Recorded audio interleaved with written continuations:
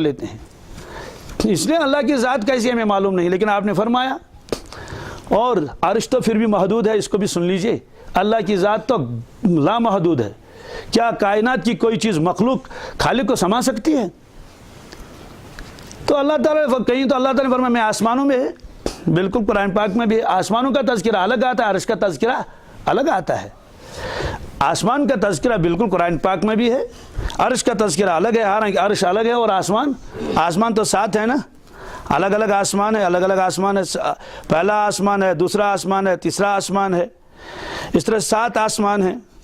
تو اللہ تبارک تعالیٰ آسمانوں کا تذکرہ الگ فرماتے ہیں۔ مثلا اَأَمِنْتُم مَّن فِي السَّمَاءِ، کیا تم مامون ہو اس ذات سے جو آسمان میں ہے؟ اسی طرح اَأَمِنْتُم مَّن فِي السَّمَاءِ أَن يُرْسِلَ عَلَيْكُمْ حَاصِبًا فَسَتَعْلَمُونَ كَيْفَ نَذِيرٌ۔ مجھے یہ سارا موضوع اس وقت نہیں بتانا ہے، صرف یہ بتانا ہے کہ یہ روایت ہے، فرمایا قبلے کی طرف نہیں تھوکنا چاہیے۔ تو آدمی جب کھڑا ہو جائے تو یہ تصور کرے میں اللہ کے سامنے کھڑا ہوں، تو پھر اس ادب کے ساتھ اور توجہ کے ساتھ نماز پڑھ لے۔ 2 روایتیں ہو گئی، تیسری روایت حضرت انس بن مالک فرماتے ہیں، چونکہ امام بخاری رحمہ اللہ نے اس کو الگ الگ نقل کیا، یہ ایک ہی روایت کو میں نہیں دہرا رہا ہوں، یہ الگ الگ روایت ہے۔ کیا فرمایا؟ فَإِذَا كَانَ فِي الصَّلَاةِ فَإِنَّمَا يُنَاجِي رَبَّهُ۔ مومن جب نماز میں ہوتا ہے تو اپنے رب سے سرگوشی کرتا ہے، اس لیے وہ اپنے سامنے نہ تھوکے اور دائیں طرف بھی نہ تھوکے۔ یہ فرمایا فَلَا يَبْزُقَنَّ بَيْنَ يَدَيْهِ وَلَا عَنْ يَمِينِهِ، دائیں طرف بھی نہ تھوکے، بائیں طرف سامنے کو نہ تھوکے۔ تھوکنے کا مطلب اس کو تھوک آ گیا، پھر کیا کرے گا؟ اللہ کے نبی صلی اللہ علیہ وسلم نے فرمایا اس کو جو کپڑا اس کے ساتھ اس میں لگا لے، اور اس میں فرمایا قدموں کے نیچے دفن کر لے۔ اس زمانے میں تو مسجد میں تو کوئی فرش تو تھا نہیں، آج بائیں طرف بھی نہیں تھوک سکتا، قدموں کی طرف نہیں تھوک سکتا۔ تو یہ روایت ہے۔ اب اور ایک روایت ہے، یہ روایت حضرت ابو ہریرہ سے ہے رضی اللہ تعالیٰ عنہ، فرمایا کہ اذا قام احدکم الى الصلاۃ فلا يبصق امامه، جب تم میں سے کوئی شخص نماز کے لیے کھڑا ہو جائے تو اپنے سامنے سے نہ تھوکے۔ فانما يناجي الله ما دام في الصلاۃ، جب تک نماز میں ہوتا ہے وہ اللہ تبارک تعالیٰ سے سرگوشی کرتا ہے، چپکے چپکے باتیں کرتا ہے۔ ولا عن يمينه، دائیں طرف بھی نہ تھوکے۔ فإن عن يمينه ملكا، اس لیے کہ دائیں طرف تو فرشتہ ہوتا ہے۔ نماز کے علاوہ بھی دائیں طرف نہیں تھوکنا چاہیے، نہ تو قبلے کی طرف تھوکنا چاہیے، نہ تو دائیں طرف تھوکنا چاہیے، بلکہ بائیں جانب کو تھوکنا چاہیے یا نیچے کو تھوکنا چاہیے۔ سوال ہے کہ اگر کھوڑ کو نیچے بولو اس ٹائم ساتھ ہے نا، تو ظاہر سی بات ہے ادھر تو تھوکنا منع ہے، تو نہ دائیں طرف تھوکے اس وقت، نہ قبلے کی طرف تھوکے، اور جو جانب ہے ان کی طرف تھوکے۔ اسی طرح سے ایک اور روایت ہے، یہ انس بن مالک کی روایت ہے، امام بخاری رحمہ اللہ نے اس کو مختلف عنوان سے یہاں نقل فرمایا ہے۔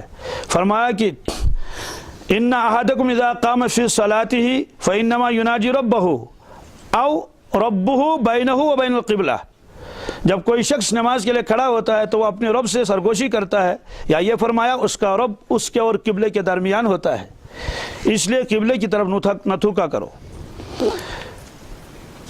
تو یہاں تقریباً 1 2 3 4 5 جگہ تو امام بخاری رحمہ نے اس کو نقل فرمایا، یہاں حصے اول میں اور حصے ثانی میں بھی یہ روایت ہے۔ حصے اول میں یہ اسی میں ہے، نماز کے بیان میں ہے، بابو حق البزاق بالید، اور یہ دوسرے جلد میں بھی ہے، وہاں اخلاق کا بیان ہے۔